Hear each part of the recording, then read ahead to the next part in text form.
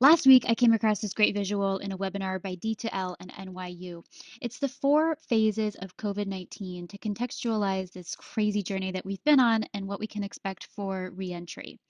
The headline here is that it's going to be just as hard to undo all of the innovation and transformation that this industry has been on as a result of COVID as it was to even adopt any of those changes in the first place.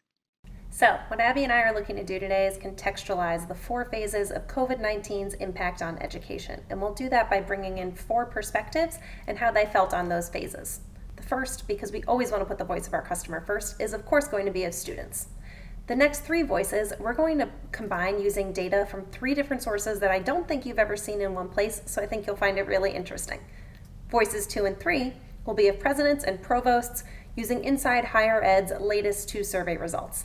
And that 4th and final voice will be of chief marketing officers using Duke and Professor Mormon's biannual CMO survey.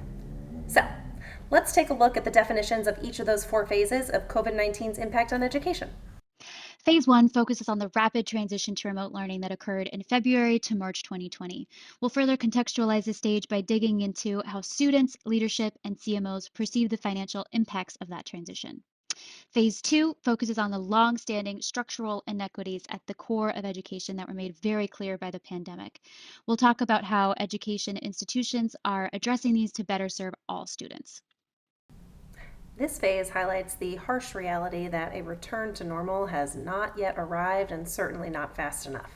Unfortunately, universities either didn't act or didn't put measures in place for students to continue to learn online for another term. So instead, in phase 3, they were faced with an extended transition into remote learning. So for phase 3, we're going to be bringing the perspectives of students and universities on how they maintained engagement throughout this time. Right now, I'd say that we're in this squiggly line between phase 3 and 4, and phase 4 is broken up into 2 distinct parts. First, 4A is about reintegration, where institutions have to decide what emergency methods to keep or to scrap as they try to bring a large percent of their student population back to in-person learning. Then 4B is when we should hopefully emerge into this new normal in 2022. So I think that the theme of transformation is very befitting here to phase 4. Now, with that, let's talk about the experiences of students, presidents, provosts, and CMOs across our 4 phases of the pandemic.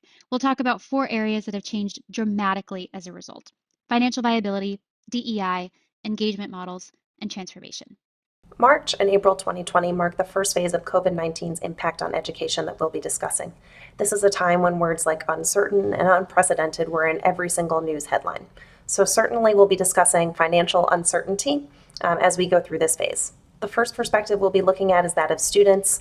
We have 3 things to talk about here, which is 1, students were really concerned with finances, with job and education uncertainty. Many were forced to take a step back from their education, some to never return again. And this was particularly hard felt by students of color.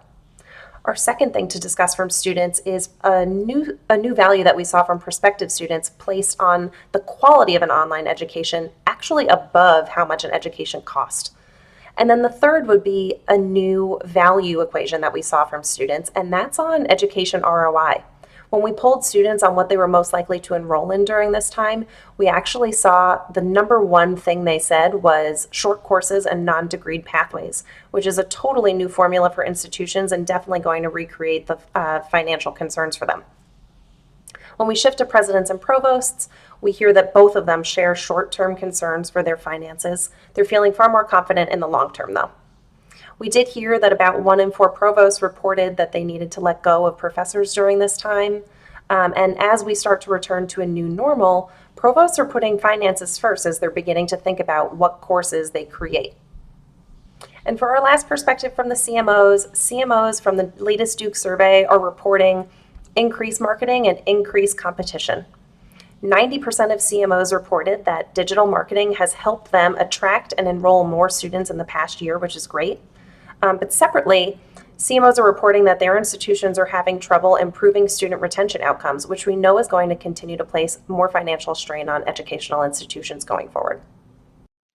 A quote from the Brookings Institute last year embodies my headline for students when it comes to diversity, equity, and inclusion.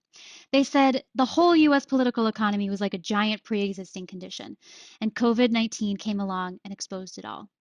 This is our reality, where even before the pandemic, college graduates of color earned roughly 80% of the hourly wages of their male white counterparts, and these rates are far worse for women of color.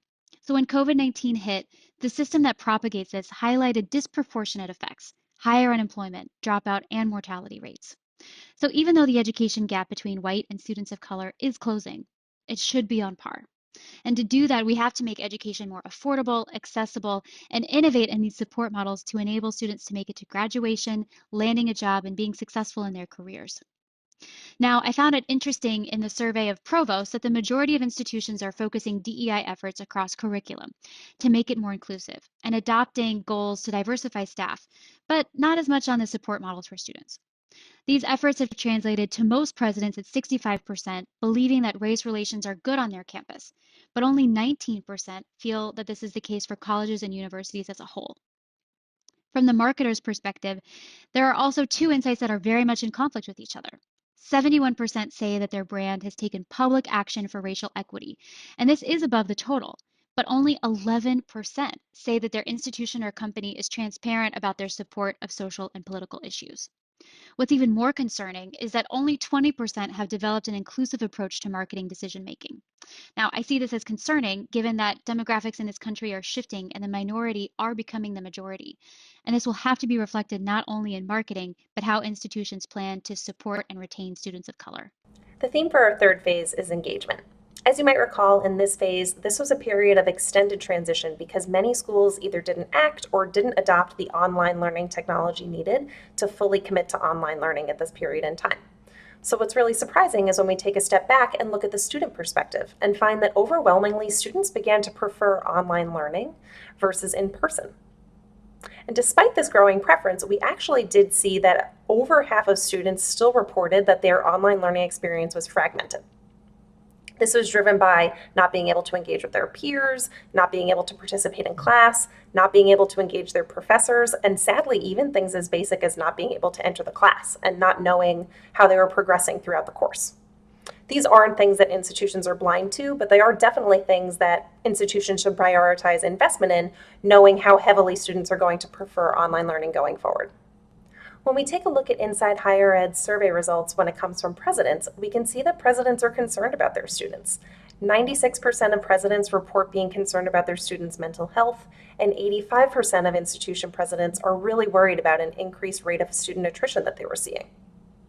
On the flip side of things, when we look at the administrative side of the house, the provost results show that only about 6 in 10 provosts reported their faculty feeling at least very engaged with their content, meaning that there's still room for improvement on the experience that they're delivering to both students and faculty alike. There are two lenses that we'd like to use to showcase the marketer's perspective. The first is how the marketers engaged with new students, and the second is how marketers engaged across their institutions. As it relates to new students, we saw marketers shift their priorities pretty drastically throughout the pandemic, and that was really laser focusing on how to improve student UX for new students on the site as they look to enroll. They allocated new resources here, and this was reported as their number one priority. On a different note, when we look at how marketers engaged across their institution, in the latest Duke CMO survey results, we saw that education marketers were the least likely across industry to report having cross-functional alignment. Only 40% of education marketers reported having alignment between the sales and marketing teams on goals and on strategies, which is going to create a difficult environment to attract and retain new students and going forward. Our final theme is transformation. The biggest call out I'd make as we try and determine the degree to which online remains the new normal is that pre-COVID, roughly 30% of students were enrolled in at least some form of online learning, driven by hybrid models.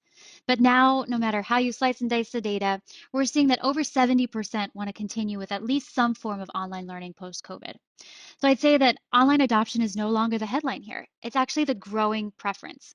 But there's definitely opportunity to make the online learning experience better and remove friction for students. From the leadership perspective, many presidents plan to transform by resetting for growth. 44% will make transformational change, but 82% actually agree that COVID gave them the opportunity to make changes that they otherwise would have made regardless. But there are some areas where presidents don't agree. There's a mixed perception of how the landscape will change. We're seeing that 47% believe that students will favor more virtual instruction versus before, although 35% actually don't agree. 43% believe that there will be a shift from expensive schools to affordable, but we're seeing still that 31% aren't quite there. We also see a conflict for marketers. 100% or all of them believe that their role became more important during the pandemic. And this has propelled roughly 70% saying that they spend more time managing the present, and only 30% are focused on preparing for the future. This is also much higher than any other industry marketers surveyed. So if we really want to make that transformation, we have to dedicate the strategic headroom to create that new reality. All right, that's it. Thanks for joining our latest hot take. I hope you enjoyed all of these different perspectives and data sources brought together. We'd love to have you come back to us, so please click to like and subscribe. And if you want to check out any of the research links that we mentioned, those are down in the description for you.